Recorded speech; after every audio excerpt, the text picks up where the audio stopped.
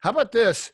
You know, you became an executive at a pretty early age, much earlier than probably the average, right? I mean, the average age of a CEO, I don't know, I didn't Google that this morning, but it's older than you. And so you became an executive super early and female executive, which is also a super low percentage, as we know, unfortunately. Talk to me about, talk to the listener about some advice on how to break through to the executive level. What should they do and focus on to get there? Let's start with that, and then I'll follow up with a couple of CEO questions. But how to? I'm a young I'm a young woman at a manager level, and I want to be an executive. What advice would you give her today? So I think there's a lot of different ways to get there. So I can share my path, but there's lots of different paths. So let me acknowledge that to start. For me, the biggest achievement in my life was really becoming a manager for the first time. It sounds silly, but like breaking into management was the first time that I was responsible for other people and less being more of a solo star. You know, it was this entire mind shift Mm-hmm. changed when I was responsible for other people. And so even the pride that I felt when I first became a manager, that sticks with me to this day. Like that was, I broke through to management, you know, like because I felt like there was this wall even getting there.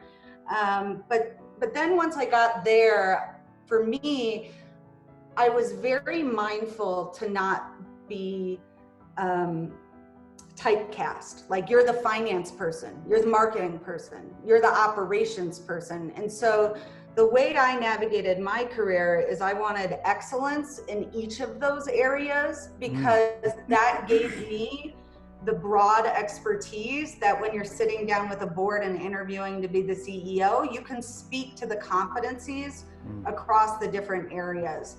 And then I think if you are in a situation where you're just the finance guy and they just see you as the finance guy, not the CEO, maybe you need to move companies. Like maybe you need to go somewhere where people see you differently, or then you act differently and people see you differently. And so I think however you get unstuck in whatever label someone's decided to put on you for the day, I think that helps.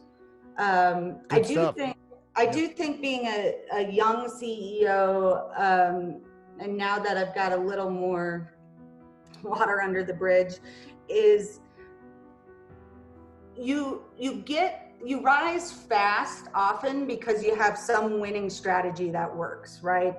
And I had I had some early on that were like, I got strategic planning, right? I got that you have a vision, mission, and values. You have strategic imperatives. They're rocks in the road. Try to say like three of them. Try to say it very clearly and over again. Align your strategic plan to that and look if you have the right resources to support that. I learned that became part of my DNA early on as an executive, and it was like my blankie, and I think it serves me well. And so if you have to pick something, it's not a bad thing to pick. I think, you know, it also is a lot of stress when you become an executive early on because you haven't developed all the different kind of winning strategies. You have one and you're trying to do yours, and that almost creates blinders for you that you might not see. And so one of the things I've enjoyed about being an executive over time is now a lot of my style is looking at the people around me and trying to understand what's their winning strategy, what's their thing that's made them successful to this point, and how can I play that with other people's winning strategies. And so it's become a lot less about me and a lot more about the complicated human dynamics that make us each successful, and how do you bring that to the table. And so I still use a lot of the best practices I did early on, but I'd say I'm a lot more relaxed now, and I also can see a lot more talent in people, as well as how people can resolve conflict to be better teammates. The Riderflex podcast features entrepreneurs, business executives, and the stories behind how they got there, as well as daily tips on career advice and job interviews.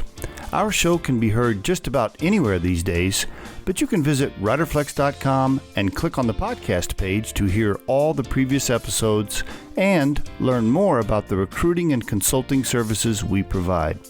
Contact us at the email address info@riderflex.com or 888-964-5876. Thanks so much for listening, and if you enjoy our show, please be sure to subscribe to our channel and like the episodes.